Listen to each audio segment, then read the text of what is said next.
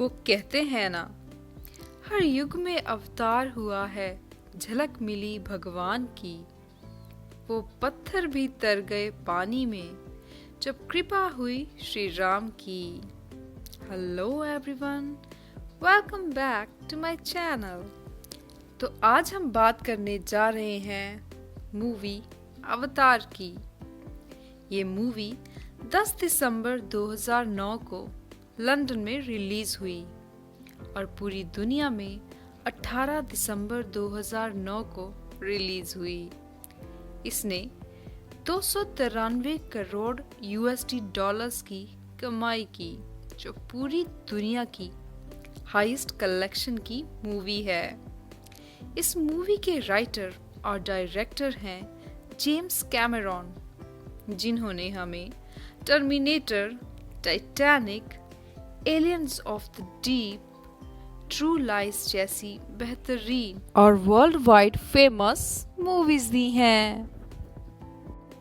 इस मूवी में सन 2154 का टाइम बताया गया है, जब इंसान ने धरती पर से सभी नेचुरल रिसोर्सेज को खत्म कर दिया और इसीलिए अब इंसान दूसरे ग्रह पर जा रहा है, जिसका नाम है पेंडोरा। और यहीं से शुरुआत होती है अवतार की, जो इंसान और पेंडोरा में रहने वाले लोगों के डीएनए से बनाए गए क्लोन्स हैं। पेंडोरा के लोगों को नावी कहा जाता है। इस मूवी ने 3 ऑस्कर्स अपने नाम किए हैं। 16 दिसंबर 2022 को रिलीज हुई अवतार 2 द वे ऑफ वाटर। इसमें कुछ नए कास्टिंग भी की गई है। इसका 3rd पार्ट 20 दिसंबर 2024, 4th पार्ट 2026 और 5th पार्ट 2028 को रिलीज होगा। इसकी कास्टिंग की बात करें तो लीड रोल सैम वर्थिंगटन ने जैक सूली का किया है। जोए सल्दाना ने नैतिरी का रोल किया है। 73 साल की सिगॉर्नी बीबर ने 14 साल की कीरी का रोल किया है। और ये कमाल हुआ है बीएफएक्स की हेल्प से and of course Sigourney Weaver की अमेजिंग फिजिक और फिटनेस की वजह से। विलन का दमदार रोल किया है Stephen Lang as Colonel mile.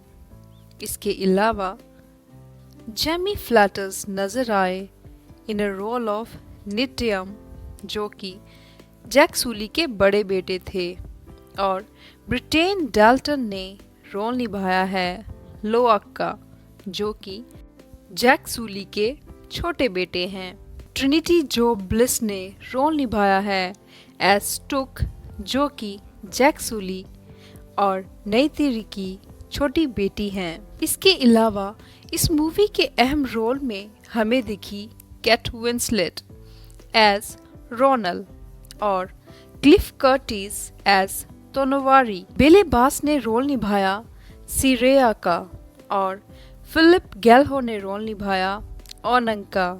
James Cameron का कहना है कि जब वह छोटे थे तभी से ही उन्होंने इस मूवी की कल्पना शुरू कर दी थी। वे कहते हैं कि जब वो 19 साल के थे तब उन्होंने एक चमकने वाले जंगल की कल्पना की थी। साथ ही कनाडा में रहते वक्त उन्होंने जो समय जंगल में सांप और मेंढकों को पकड़ने में लगाया, वह भी पेंडोरा प्लैनेट को बनाने में सहायक रहा। उनकी कहानी तो लिखकर तैयार थी, पर उनकी कल्पना को पर्दे पर दिखाना आसान नहीं था, क्योंकि उस समय में सीजीआई और बीएफएक्स की बेहतरीन एडवांस टेक्नोलॉजी नहीं थी। इस समय वे अपनी अन्य मूवीज बनाते रहे, पर उनके दिमाग में तो अवतार प्रोजेक्ट का ही भूत सवार था। इसलिए उन्होंने पहले अपना पूरा समय अवतार पर लगाया।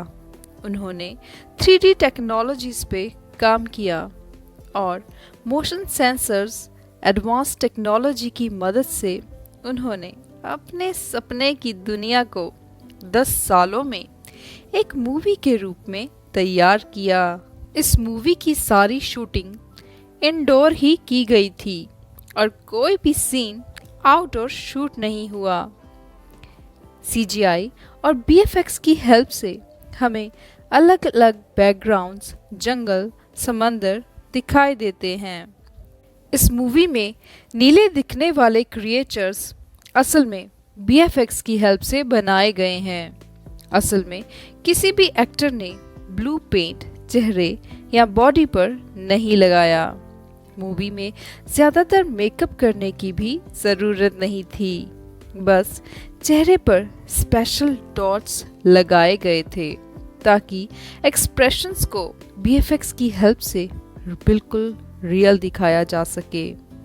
साथ ही एक्टर्स को एक स्पेशल तरह का हेलमेट पहनाया गया था जिस पर कैमरा लगा था।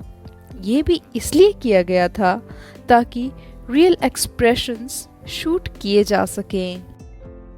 इस मूवी में नावी लैंग्वेज भी बनाई गई जो असल में कहीं एग्जिस्ट नहीं करती। इसीलिए मूवी के लिए न्यू लैंग्वेज तैयार की गई जिसमें 1000 नए शब्द बनाए गए और ये कमाल किया था पॉल फ्रॉमर ने। ये दुनिया की फर्स्ट मूवी थी जिसको 3D IMAX में रिलीज किया गया। इस मूवी का इंडिया और हिंदू माइथोलॉजी से भी रिलेशन बताया जा रहा है। जेम्स ने भी माना कि अवतार संस्कृत शब्द अवतार से ही लिया गया है।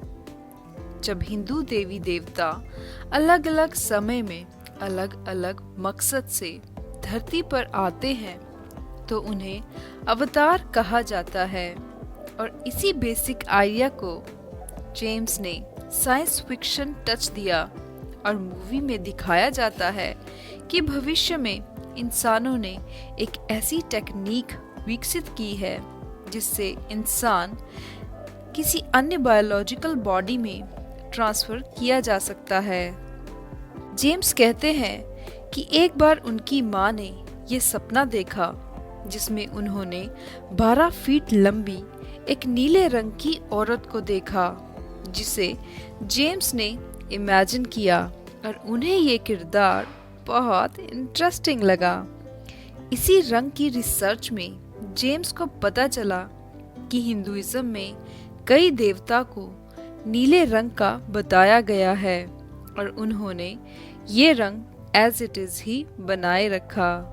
ऐसा कहा जाता है कि भगवान राम का कद 10 फीट था और टाइम बढ़ते बढ़ते इंसानों की हाइट छोटी होती चली गई।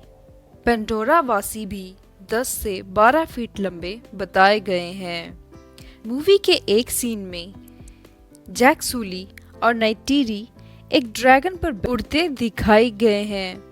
उनका ये सीन भी भगवान विष्णु और लक्ष्मी जी के गरुड़ पर बैठकर जाते हुए दृश्य का सिमिलर बताया गया। इसके अलावा गोवर्धन पर्वत की तुलना पेंडोरा के फ्लाइंग माउंटेन से की गई। कहा जाता है कि इंद्र देवता के प्रकोप से गोकुल वासियों को बचाने के लिए भगवान कृष्ण ने गोवर्धन पर्वत को अपने हाथ की सबसे छोटी उंगली में उठाया था। जेम्स कैमरॉन जब मार्च 2010 में इंडिया आए और यहाँ अवतार के बारे में बात करते हुए उन्होंने कहा कि सबकॉन्शियसली हिंदुइज्म और इस मूवी में बहुत सारी सिमिलैरिटीज़ हैं और मैं ये उम्मीद करता हूँ कि मेरे ऐसा करने से कोई आहत नहीं हुआ।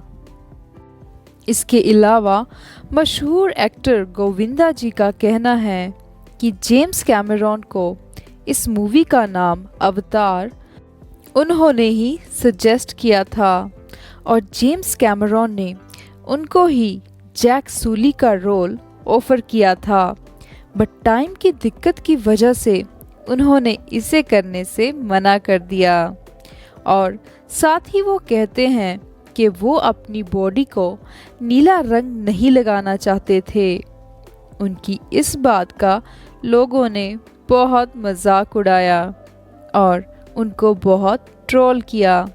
हालांकि उनकी बात कितनी सच्ची और कितनी झूठी है इसकी कोई पुष्टि नहीं हुई, पर गोविंदा जी का कहना है कि अगर आपको मेरी बात पर यकीन नहीं करना तो आप ना करें।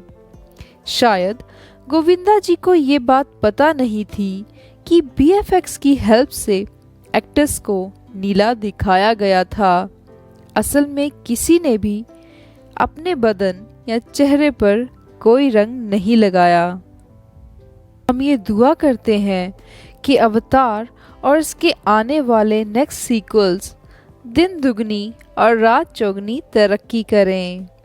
आई होप आपको मेरी ये मेहनत पसंद आई होगी। सो प्लीज़ मेरे चैनल को सब्सक्राइब और वीडियो को लाइक और शेयर करना ना भूलें। Thank you.